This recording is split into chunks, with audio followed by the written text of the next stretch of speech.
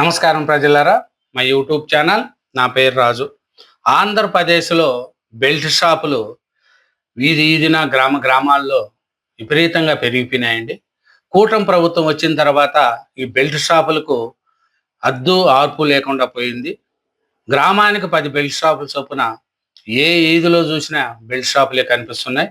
Tea కొట్టుల్లో, cool drink షాపుల్లో, కిరాణా షాపుల్లో కూడా ఈ బెల్ట్ షాపుల దందా నడుస్తుంది. ఎందుకంటే అధిక రేట్లకు కంటే అదనంగా డబ్బులు వసూలు చేస్తూ ఈ బెల్ట్ షాపులు నిర్వహించడం కూడా జరిగిందండి. మనం చూసుకుంటా పోతే వైఎస్ఆర్సీపీ ఉన్నప్పుడు బెల్ట్ షాపులు అంత తక్కువగా ఉండేవి. కానీ కూటమి ప్రభుత్వం వచ్చిన తర్వాత బెల్ట్ షాపులు విపరీతంగా పెరిగిపోయినాయి. ఎందుకంటే ఇది ఆంధ్రప్రదేశ్ బెల్ట్ షాపులు దుకాణాలకు అనుబంధంగా గ్రామాలలో, వీధుల్లో అధికారికంగా నడిచే దుకాణాలు నిర్వహణపై పెద్ద చర్చ జరుగుతుందండి. పల్లెలు, పట్టణాలు అని తేడా లేకుండా వీధి చివర కిల్లీ కొట్టు, బజ్జీ కొట్టు, కిరాణా షాపులు, కూల్ డ్రింక్ షాపుల్లో కూడా ఈ బెల్ట్ షాపులు నడుస్తున్నాయనే వార్తలు మనకు వినిపిస్తున్నాయి. ఎందుకంటే గ్రామానికి 10 బెల్ట్ షాపులు ఉంటాయి. ఏ గ్రామానికన్నా పోండి, ఆంధ్రప్రదేశ్లో 10 బెల్ట్ షాపులు ఉంటాయి. కూల్ డ్రింక్ షాపుల్లో, కిరాణా షాపుల్లో, లేదు సపరేట్గా పెట్టుకొని అమ్ముకోవడం కూడా జరుగుతుంది. దీని మీద కూటమి ప్రభుత్వము ఎన్ని చర్యలు తీసుకున్నా కూడా ఈ బెల్ట్ షాపులు నివారించలేకపోతున్నారు ఎక్సైజ్ అధికారులు. ఇదేమిటంటే అధిక రేట్ల కంటే అదనంగా డబ్బులు వసూలు చేస్తూ అమ్మకాలు సాగిస్తున్నారు. ఏంటంటే సమయంతో సంబంధం లేకుండా తెల్లవారుజామున మరియు రాత్రి వేళల్లో కూడా ఈ బెల్ట్ షాపుల్లో మందులు అమ్ముతున్నారనేది మనకు తెలుస్తుంది. ఏమిటంటే ఈ ప్రభుత్వం చాలా హెచ్చరిస్తుంది. బెల్ట్ షాపులు నిర్వహిస్తే వారిపై చట్టపరమైన చర్యలు తీసుకోవడంతో పాటు బెల్ట్ షాపులకు మద్యం విక్రయించే లిక్కర్ షాపులకు 5 లక్షలు జరిమానా విధిస్తామనేది కూడా చెప్తుంది. అయినా వాటిని ఎవరు కూడా బేఖాతరు చేస్తున్నారు.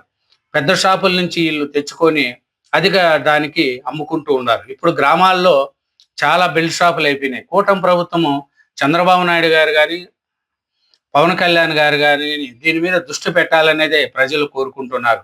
బస్టాండుల పక్కన, స్కూళ్ళు పక్కన, కాలేజీల పక్కన, కిరాణా షాపుల్లో ఎక్కడ చూసినా ఈ బెల్ట్ షాపులు అనేది ఎక్కువగా చేస్తున్నారండి.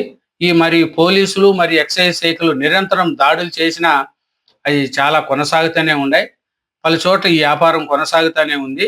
అయితే గ్రామాల్లో కొన్ని ప్రాంతాల్లో సిండికేట్ల ప్రోత్సాహంతో అనధికార విక్రయాలు జోరుగా సాగుతున్నాయని మనకు తెలిసివడం కూడా జరిగిందండి.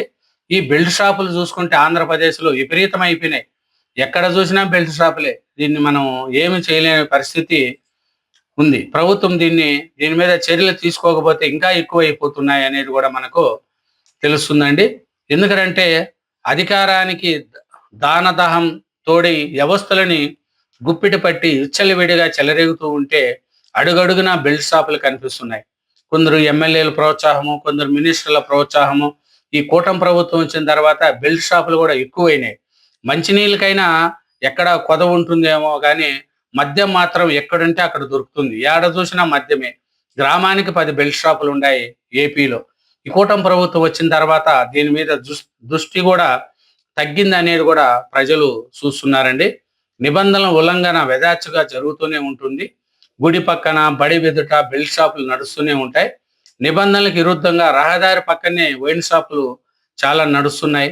కానీ ఇది అధికారులు అలాంటి వస్తూ పోతూ ఉంటారు కానీ ఏమీ కనిపించదు. కొంతమంది అధికారులు అయితే చేతివాటం డబ్బులు తీసుకోవడం సూచిస్తున్నట్టు కూడా వదిలేస్తున్నారు. ప్రజలు ప్రాణాలు పోతున్న అధికార పార్టీ నేతల దందా మీద మాత్రం అధికారులు ఏగా వాళ్ళనివ్వరు. కూటమి పాలనలో రాష్ట్రంలో ఇదిగా పరిస్థితి అనేది ఎక్కువ అయిపోయిందండి.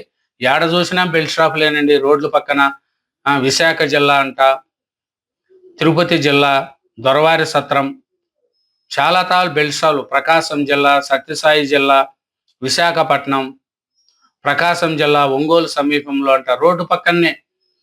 ప్రకాశం జిల్లా సీసీపల్లి మండలం అంట. ఏడ చూసినా కాకినాడ జిల్లా పత్తిపాడు మండలం, శ్రీకాకుళం జిల్లా ఎచ్చర్ల మండలం, అనకాపల్లి జిల్లా దేవరపల్లి బెల్ట్ షాపులు, తిరుపతి జిల్లా కేబీబీపురం మండలం, ఇలా ఎన్నో బెల్ట్ షాపులు నడుపుతున్నాయండి. సత్యసాయి జిల్లాల హిందూపురంలో అయితే బారు తరహాలో కొన్ని బెల్ట్ షాపులు నడుస్తున్నాయి. కొంతమంది రోడ్లు పక్కనేనండి, రోడ్లు పక్కనే కూడా ఈ బెల్ట్ షాపులు కూడా నడుస్తున్నాయి. కానీ దీనికి అబ్బు ఆర్పు లేకుండా పోయిందండి ఈ బెల్ట్ షాపులు. ఏందంటే ఏపీలో బెల్ట్ షాపుల దందా అనేది నడుస్తుంది.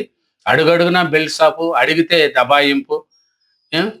ఏపీలో అడ్డు అదుపు లేకుండా ఈ బెల్ట్ షాపులు నడుపుతున్నారు.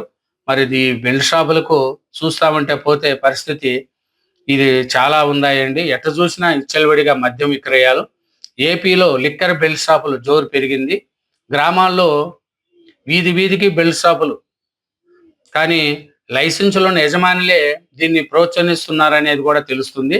ఎందుకంటే ఈ కొత్త మద్యం పాలసీలు చాలా పారదర్శకంగా తీసుకొని అమలు చేస్తున్నాం. లైసెన్స్ దుకాణదారులు నిబంధనలు ఉల్లంఘిస్తే కఠిన చర్యలు తీసుకుంటాం. బెల్ట్ షాపులు నిర్వహిస్తే వారిపై చట్టపరమైన తీసుకోవడంతో పాటు బెల్ట్ షాపులకు 5 లక్షలు జరిమానా విధిస్తామనేది కూడా ప్రభుత్వం చెప్పినా కూడా ఎవరూ దాన్ని చేయలేదు. ఈ మద్యం షాపుల గురించి స్వయంగా చంద్రబాబు నాయుడు గారు అన్ని మాటలేవి.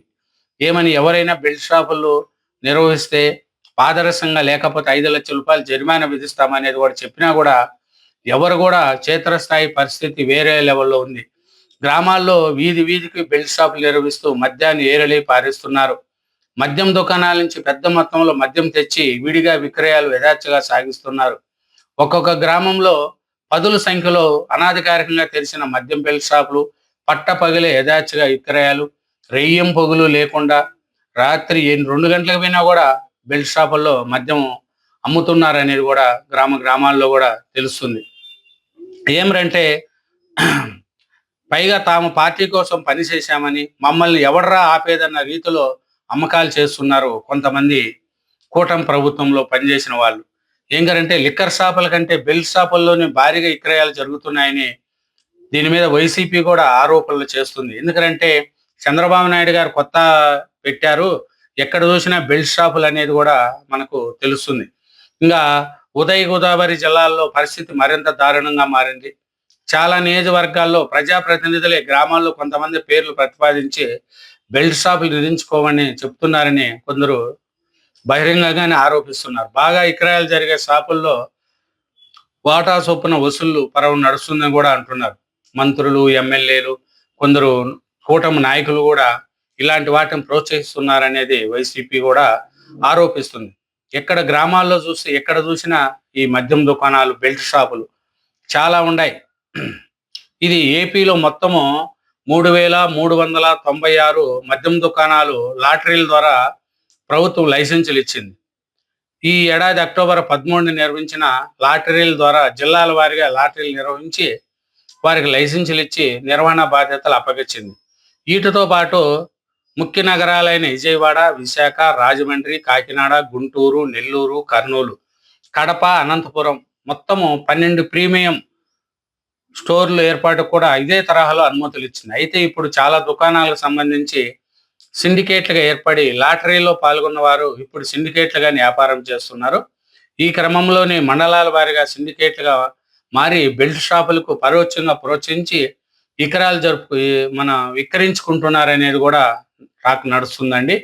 ఎందుకంటే ఈ వైన్ షాపులో తీసుకెళ్లి లైసెన్స్ ఉన్న వైన్ షాపులో తీసుకెళ్లి బెల్ట్ షాపుల్లో ఎక్కువ ధరకు అమ్ముకుంటూ పోతూ ఉంటే వైన్ షాపులకు కూడా బాగా డబ్బులు వస్తుంది అనేది ఇదే అందరూ కూడా చేస్తున్నారు అనేది కూడా తెలుస్తుంది.